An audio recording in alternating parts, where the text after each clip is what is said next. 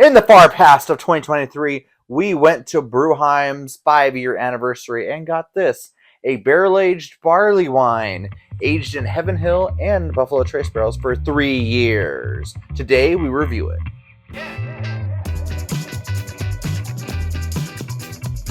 Yes, everybody, it's been a long time since we've had anything from Brewheim on the channel. Usually we go there just to watch football. But today we review a beer I've been waiting to review from them. It's a barrel-aged barley wine, aged for 3 years in Heaven Hill and Buffalo Trace whiskey barrels.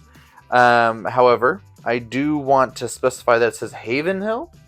So they either misspelled it on the label, or Haven Hill is a whiskey that I've never heard of before, which could be possible. There's a lot of stuff out there, and there's a lot of hills in the world. The description on the bottle says, this rich and bold barley wine ale is aged in bourbon whiskey barrels, delivering a deep complexity of flavors. Notes of caramel, toffee, and dark fruit from the ale blend seamlessly with the barrel's hints of vanilla, oak, and a touch of bourbon warmth. Full body with a smooth, boozy finish, it's a beer to savor slowly, showcasing the perfect balance between malt sweetness and whiskey-infused depth. Sounds Gucci man. I don't know if you remember, Mary, but in 2023 when we were at the anniversary, they had this and they had a barrel-aged stout. Unfortunately, the stout they did not bottle, and they did not allow us to crowler. I remember that. Yeah. We reviewed one of their other stouts before, one of like the 2 or 3 other barrel-aged stouts they've done. I think it was called Black Dahlia or Black Orchid. And I'll put it over here. That was from Brewheim. That day they did let us take home a crowler of that stout, but they weren't prepared for anyone to ask for a crowler of it. The beer tender had to call her boyfriend or something like that to be like, hey, what are we charging for this? Nevertheless, we picked up this. It was the one we could take home.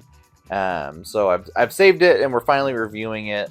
We're in the year 2026 now, so 3 years after it has been bottled, and 6 years after it was started aging in the bourbon barrels. Wow. I'm excited. I feel like Brewheim is a weird brewery for me because I do enjoy going there to watch football, but they don't have the best beers. They usually have one on tap that we each like, and that's all we drink when we're there. We'll have that same beer just like again. But then when they do stouts and barley wines, oh my gosh. I'm not going to say it's better than Bottle Logic, but it's pretty good. Like, it's really good. Yeah, they've been up there with some of the best stouts that we've had, or some of the better ones that we've had, I should say. They used to have a brewer from the brewery, and then he left, and that was the one I think I got to meet during the anniversary. Wasn't much of a talker, honestly, and all I did was just try to drum up a little conversation, but that's a story for another time. I'm excited for this as well. I've forgotten what it tasted like, so we'll see what it tastes like after this cellaring time. I'm excited.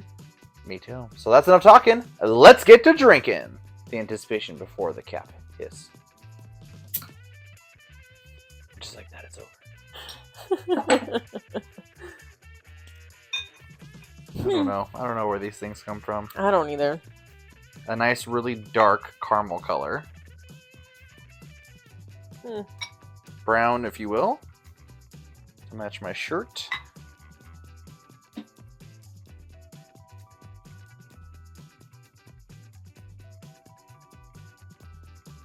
Nose is definitely caramel. And sugar. What? Yeah, it's like caramely, sugary.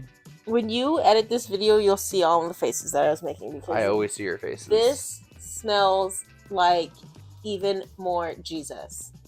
No. Yes, it does. You haven't been this wrong in a long time. Welcome back. Bruh. Where have you This been? smells like even more Jesus. I remember that day vividly. I remember what I was wearing, what my hair was doing. You remember your clothes and your hair, but you just don't remember what it actually smelled like. Everything about that day.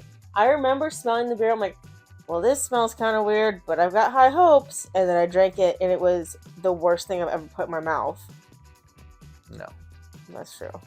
But I remember everything about that day. And this smells like that. No, because that was a lot. That was leather. Yes? No. Keep going. Leather, That was hot leather baseball and wood. glove.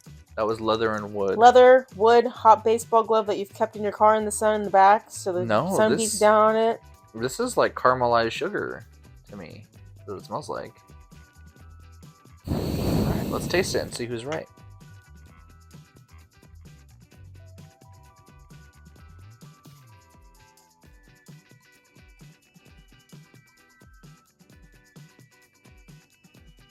Not as sweet as on the nose, but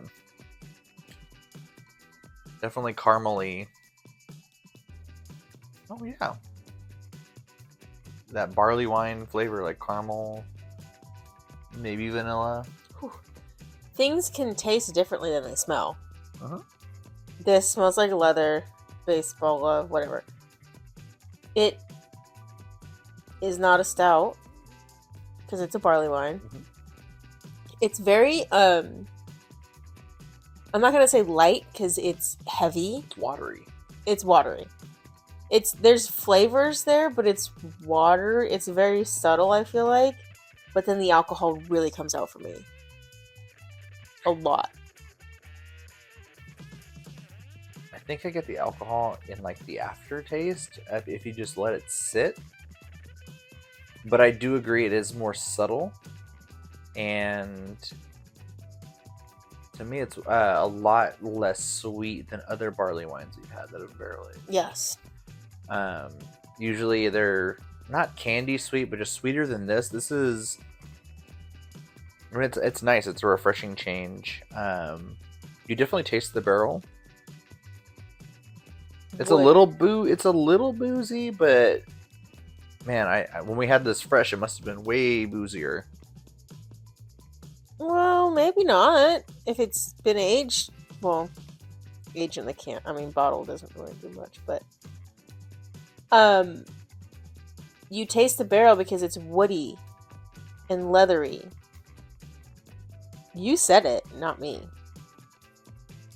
But yes, a barley wine. Okay, so there's a stout, and then I'm gonna do one of these little guys. There's stout, and then if you add water to a stout, it becomes a porter.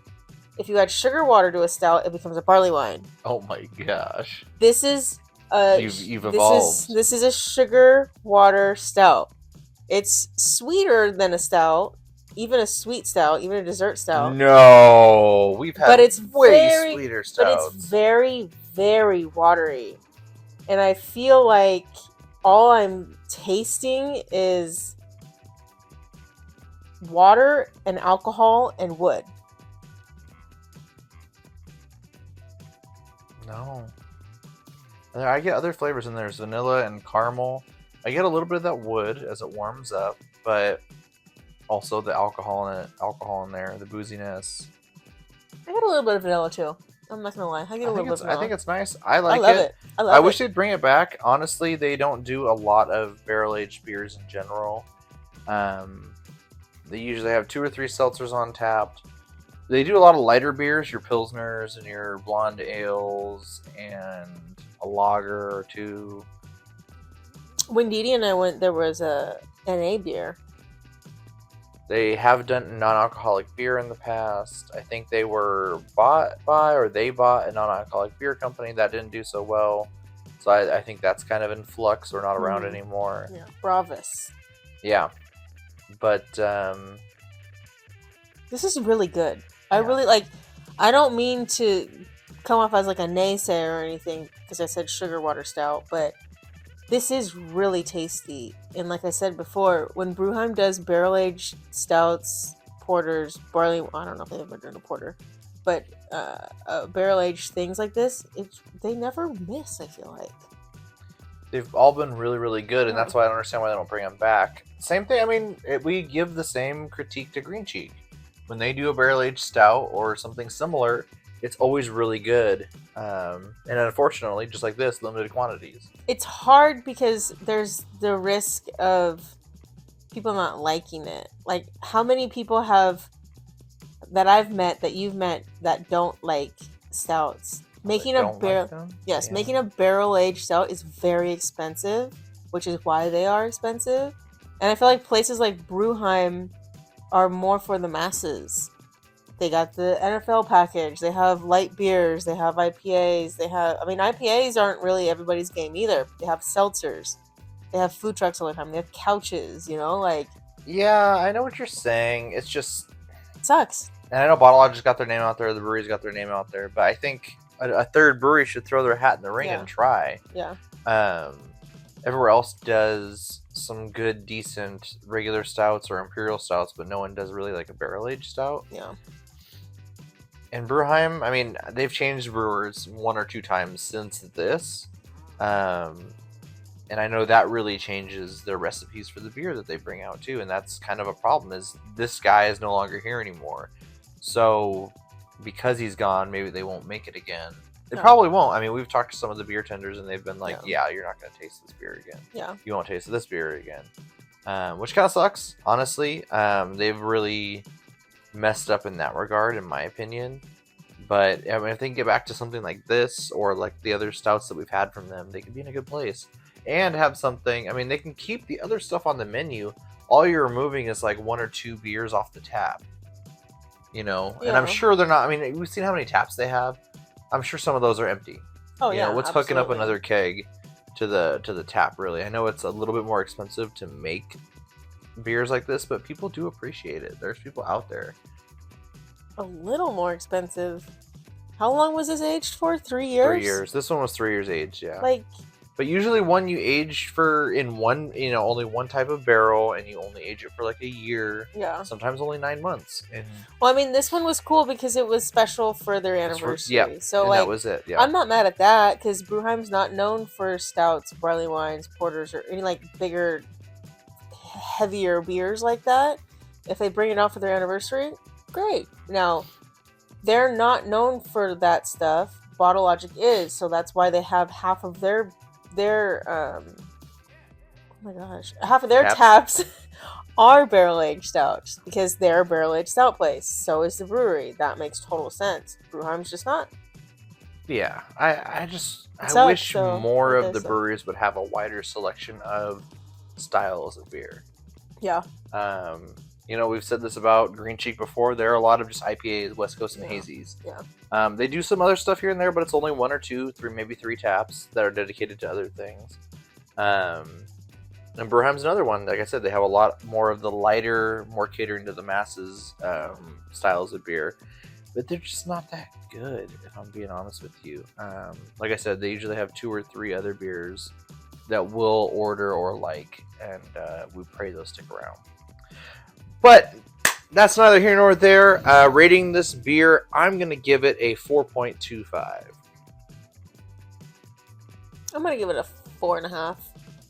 I like it. I really like it. It's good. Barley wine's also not a style you see super often. So I'm happy to see Brewheim do it, at least back then. And I hope, if they're around in a couple of years, that we get something else for their 10-year anniversary. ABV wise, aged 3 years in 2 different types of whiskey barrels. It's got to be rocking a big double-digit ABV here. I think this is going to be a 14% beer. Oh, so close. It's 15. Oh, okay. So, big boy. Big boy. I don't know that it tastes like 15. What does it taste like? Then why'd you guess 14? Just like a 14. I don't know. It's because it's so watery. It's kind of... barley wines are hard. Because stouts, if they're thick and you get the alcohol, you're like, oh, this is big. It's boozy. But for this one, it's watery and thinner on your mouth. It makes me feel like, oh, it must be lighter. I don't know. I feel the heat. And I feel like I might be used to watered down drinks being big, because when I used to go out, I would drink vodka water. And I'm just used to that tasting like nothing. But it'll get you fucked up. Yeah, vodka and water both taste like nothing. But this is very watery, but I can feel the heat. I can feel it in my head, yeah. Let's go take a nap. Before we do, we got to sign off with, don't forget to like, share, subscribe, click the bell icon, do all the things that really helps us out. And we hope to see you again Monday, Wednesday, Friday, 2 p.m. Pacific time. Because we're the Brewmachers, trying every beer from around the world. One sip at a time.